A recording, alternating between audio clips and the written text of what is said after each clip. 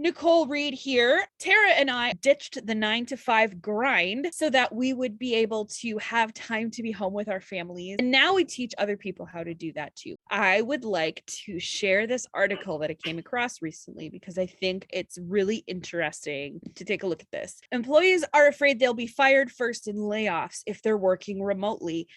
They could be right. Workers worry that remote employees will be let go first if layoffs come, as bosses hold on to the narrative that those who work from home don't work as hard. So for months, bosses have all but gone door to door preaching the good word of returning to the office. It was the only way, they said, to ease inflation and for workers to protect themselves from looming layoffs. While more workers are back in the office than ever since the pandemic started, companies have struggled to drag all of them to their desks. Not even the lure of lunch boxes and pizza parties wrangled them in. But the power dynamic could hit a head if the recession we've been worrying about comes to be. 78% of American workers fear that remote employees will be at risk of losing their jobs during a recession that leads to layoffs than the folks who've returned to the office full time, according to the employment background check company GoodHire's second annual State of Remote Work report. I find it funny that there is a State of Remote Work report. It's only second annual, as if it didn't exist before 2020. Whether there's any real reason to fear is unclear at this point, but the contention between employers and the workers holding on to working from home has led to threats of firing or moving remote workers' names to the top of the list if layoffs become a reality. After surveying roughly 3,500 Americans over the age of 25, the GoodHire report found that the number of people who prefer to work from home dropped to 44% from 68% last year. That said, 89% of those people who were surveyed believe that most of their colleagues still wanted to work from home. There is a disconnect. How can it be that the majority thinks most of their peers want to work from home, yet there are increasing worries that those remote workers will be first on the chopping block come layoff time? It likely stems from proximity bias in the workplace, in which bosses tend to give workers who are in their line of vision more regularly preferential treatment. According to the survey, 68% of American workers are concerned their manager views full-time office workers as more productive and higher performers in general than full-time remote workers, even though research shows the opposite is true. A recent report from Microsoft found that productivity might actually be higher than it was before the pandemic.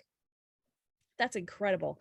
It's not even the case that most people long to work remotely all the time forever. A staunch dichotomy in the remote work versus in-person work has been created and cultivated, and the outcome, whatever that may be, is striking fear into the workforce. The report serves as a wake-up call for employers who offer hybrid in-person and remote work models. A battle between in-office and remote workers is here. How will you structure your organization's work-from-home policies and compensation strategies to quell fears and keep employees engaged and satisfied? GoodHire wrote in a news release announcing the survey. Even as a recession incessantly stalks America like it's Halloween 13, and workers seem to be losing their edge over employers, remote work, even if it's part-time, is still a rather fervent sticking point. More than 60% of workers surveyed by GoodHire said they felt companies would have a hard time attracting talent if they did not offer remote work.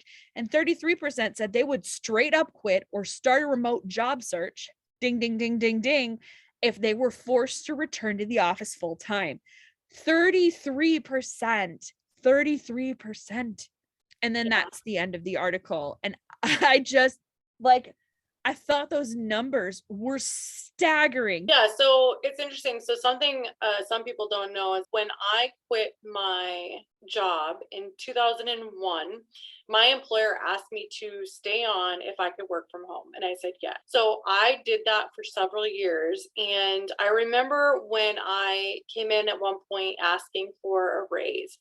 And they denied my raise at the time because I had the benefit of working from home. And they somehow thought that because I got the benefit of working from home, that that didn't equal the fact that I was still performing the work. And in fact, back then, so this was in 2006, 2006, 2007.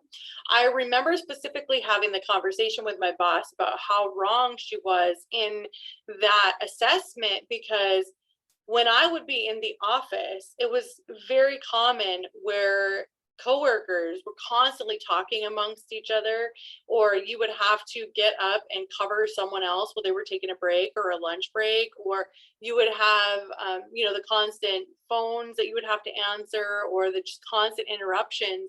And I mean, I told my boss at that time, I'm like, if you look at my work log, you're going to see that I was pumping out way more work working at home where I wasn't interrupted like I am in the office. I was getting like double the work done at home versus in the office because of all of the constant interruptions and the parties and the potlucks and all of the things that happen in an office environment, right? Like it was just constant interruptions. And so I totally believe, 100% believe that productivity is up, because you have something to prove. When you are at home, you have to prove that you're doing the work, especially if the employers don't have you on video micromanaging you, which we know that some employers do. And so when you are left to your own graces, you have to prove that you're doing the work. Well, the only way that you can prove you're doing the work is by upping your productivity. I mean, there's no other way around it. And of course, because we know that even now in today's society with the pandemic, I mean, they have video cameras on them. The reason that they want them back in the office is because they want butts in the seat. They don't care if you're less productive. They want to own your time. They want to own the people that they are paying for, because they're paying for your time, not necessarily the value that you're providing. They're paying for your time. And so as long as you have a butt in the seat, that's all they care about. And it's proven by this kind of study where they're worried about like, oh, the people that are working remote are going to be at the list of the layoffs if they won't come into the office. Well, that just proves to you that they're more worried about buying your time and owning you than they are about the productivity and the overall benefit of the company.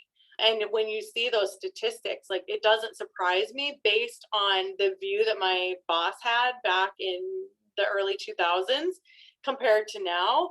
But it is really surprising that because now the environment has changed, where so many people are working from home, and there are so many companies now that are offering remote work, that would actually even be a thing, especially in the day and age of worker shortage. Because if they're already having a hard time hiring people, what are you thinking if you're going to go and fire the people that are working remote? Because we're living in a new age.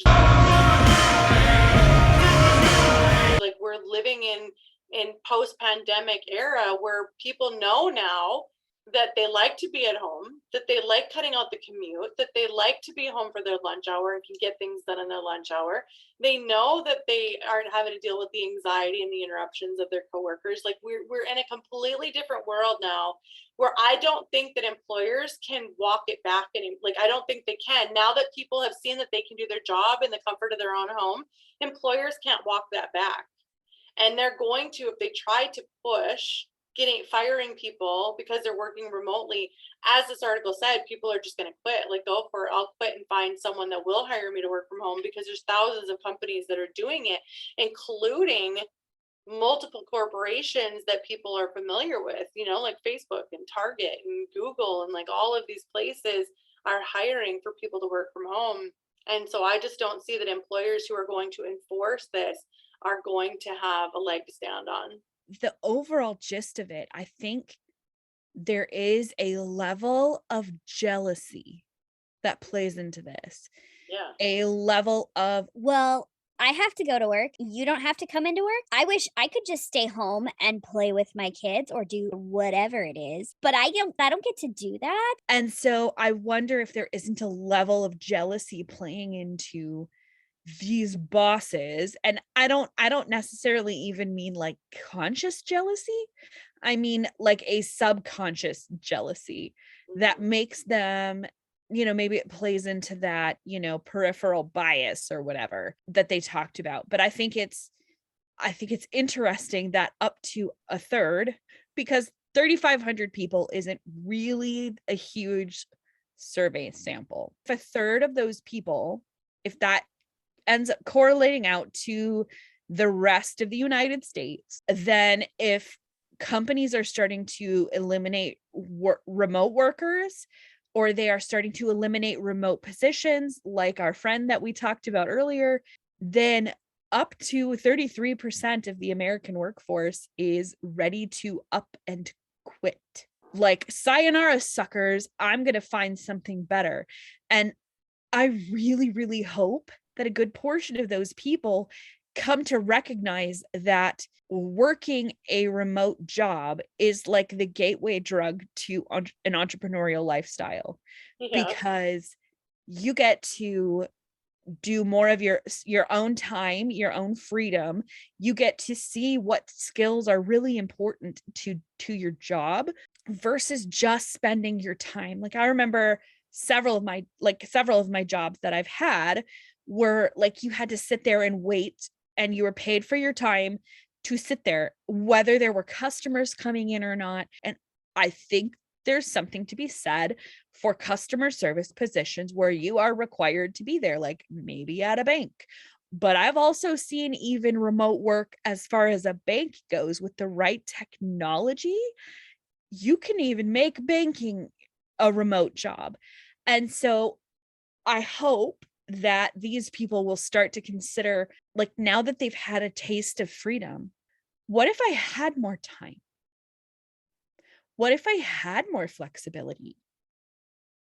What if I had more just downtime to be with the people that I love, to create the life that I enjoy, to really enjoy more of my life? Particularly, I think about, people who live in large cities who have an hour commute one way, 2-hour commute one way, and they're spending an hour to 1 to 4 hours every single day in their car. And while that's great for the growth of podcasting, I don't think that's great for the long-term stability of families and emotional and mental health of the people who are being forced to do that commute every day.